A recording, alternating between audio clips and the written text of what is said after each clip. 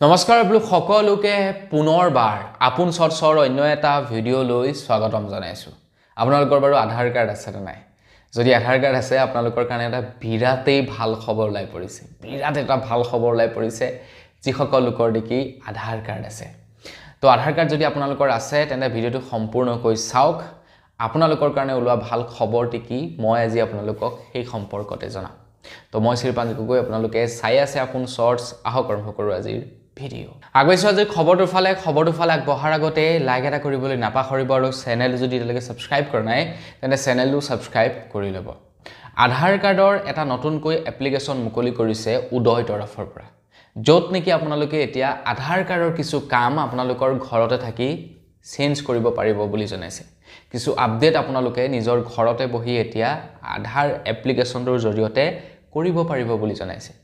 এতিয়া আধাৰ এপ্লিকেশ্যনটো আপোনালোকে লাভ কৰিব প্লে ষ্টৰত যাব, আধাৰ বুলি চাৰ্চ কৰিব বা উদয় বুলি চাৰ্চ কৰিব, লগে লগে আপোনালোকে এপ্লিকেশ্যনটো লাভ কৰিব।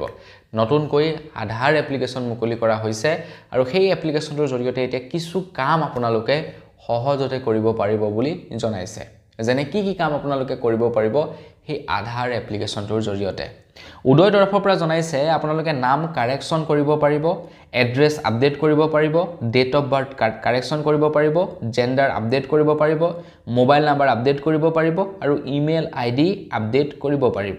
কিন্তু আপোনালোকে ইয়াতে বায়োমেট্ৰিক যেনে ফিংগাৰপ্ৰিণ্ট আপডেট কৰিব নোৱাৰিব, ফটোগ্ৰাফ আপডেট কৰিব নোৱাৰিব আৰু চকুৰ যি নেকি আপোনালোকৰ স্কেন কৰা হয় সেই তিনিটা বস্তু আপোনালোকে আপডেট কৰিব নোৱাৰিব বুলি জনাইছে। প্ৰথম হ'ল ফিংগাৰপ্ৰিণ্ট, দ্বিতীয়তে হৈ গ'ল চকুৰ এই যিটো স্কেন কৰা হয় সেই বস্তুটো, আৰু লগতে আপোনালোকৰ চেহেৰাটো মানে আপোনালোকৰ ফটো, এই বস্তুকেইটা আপোনালোকে আপডেট কৰিব নোৱাৰিব। তাৰ বাহিৰে বাকী বস্তুবিলাক আপোনালোকে আধাৰ কাৰ্ডৰ আপডেট কৰিব পাৰিব।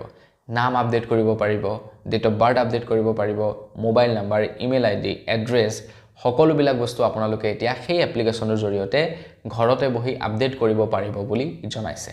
নতুনকৈ উদয় তৰফৰ পৰা মুকলি কৰি দিছে এই এপছটো।